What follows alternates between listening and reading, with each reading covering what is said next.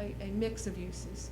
For example, you can do 16 units per acre of residential in a commercial zone outright. But if you do it in conjunction with a retail business on the bottom, you get 30 units of residential per acre. So the commercial zone allows for residential, so we won't be eliminating that that residential. We may even actually enhance it or increase the in densities. Also highway commercial, what did I say there?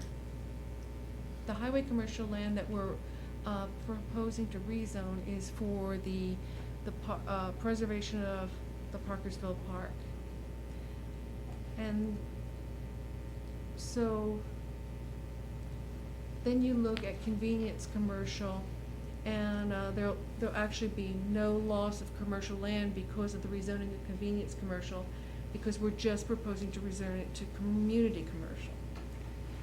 And then the highway commercial that's being reduced to change to the park is just to preserve that Joanne, historic park. Are there any incentives to put living structures above businesses along East Street? That type of, with the zoning, are there any restrictions? It's currently or allowed It's allowed, but in there's the no. commercial areas. No incentives though to it, to Yeah, make you're- it. The incentive is that they get higher Density. density. They get 30 units per acre instead of 16 units Okay. per acre.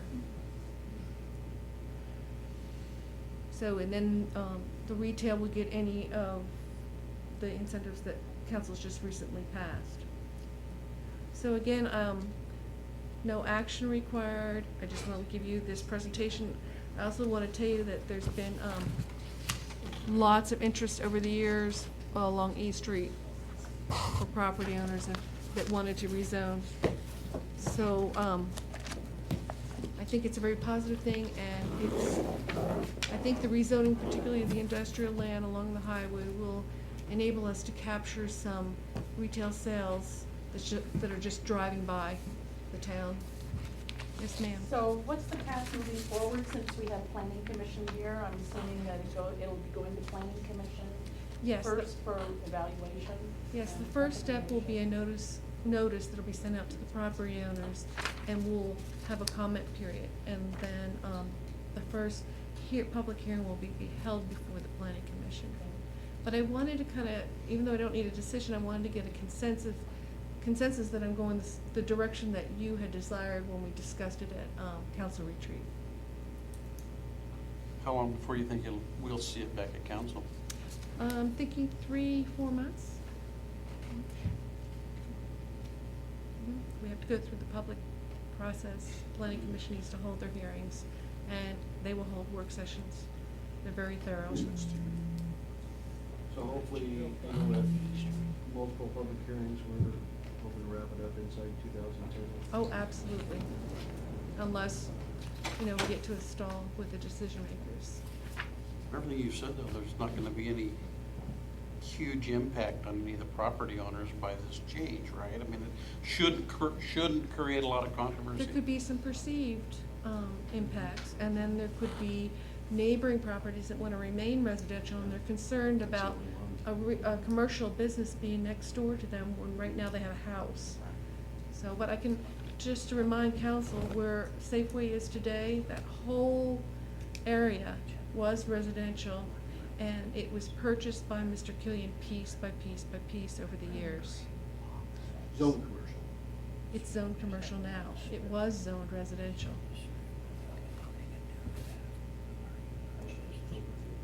Yeah, Dahlia's too, or something, oh yeah. One of the, go ahead, Dave. Sorry, go ahead, Steve. No. First of all, I applaud your efforts and those of the planning commission. I'm in favor of anything that eases restrictions and bring jobs to Washougal. This appears to be a move in that direction. Very good initiative. Jim, I would ask you a question, if I may. Do you have any feel for how the public is accepting this? Well, this is the first I've heard of it, so I don't know what anyone thinks of it Yeah, yet. the public has not been notified Yeah. yet. Give them time. Notices will go out, and yes, we'll have people concerned, we'll have people that need to understand more, And there'll be some people happy and some people sad. Aside from possible individual opposition, I can't imagine there would be a lot of opposition to this. Now you've jinxed us. So, So now you've jinxed us. oh, sorry. But remember, you're making a decision based on what's good for the whole community. And remember, the basis and foundation of this is economic development. Yeah. And we can't make that happen, the market will happen, but we can provide opportunities.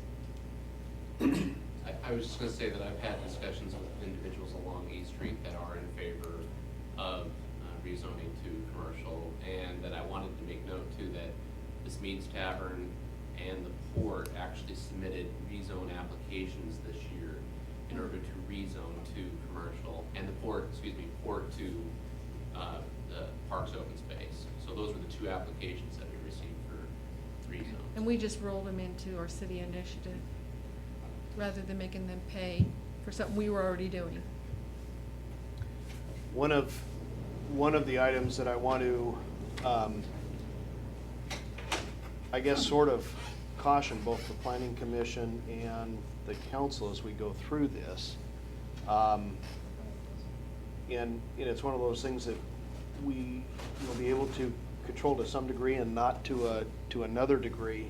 It's gonna be more work on, frankly, on behalf of some members of the community, very likely some members that are sitting at this table this evening, and certainly staff, is it's easy for us to come out of this presentation and the information and kind of sort of understand where we think we want to go with this. It's going to be a completely different thing by the time it gets put in place and it becomes legal for people to utilize their properties in a different way. It's incumbent on all of us to come up with a vision specifically with East Street, but to some degree out on the highway as well, to come up with some sort of visioning for that, so that East Street doesn't become another Highway 99. It doesn't become 82nd Avenue. It doesn't become just redevelopment for the fact of it's now zoned commercial. I can plump something else on here, lot by lot by lot by lot. So as Joanne and her staff get this finished up to come back towards the public hearing portion and information to the public, we'll now also be starting up that whole kind of sort of a visioning process going that direction, not knowing exactly where it's going to go. Certainly there are going to be some legal restrictions on us of what we can plan in there and how far we can go, but we need to have a plan put in place. Mitch? I can just comment, I guess, springboarding off of that is that we have, and the planning commission did a lot of work, and the council did a lot of work with our commercial design standards, and we, particularly at that time, were looking at East Street and how we Yes. wanted it to do, and I think we did a pretty good job of getting a lot of shoulds in there, and but not a lot of shalls, and so if we want to take that as part of that visioning and and get it moved forward, I think we got a really good place to start with the effort that was put into with our commercial design standards. Right, I agree. Well, it's certainly going into your sign standards right now as well. Mhm. I can tell you that the way East Street looks today would not be permitted under the codes that council and planning commission have worked on and adopted over the last couple of years. So what you see out there, don't be afraid that that's what's gonna occur again, because you already do have some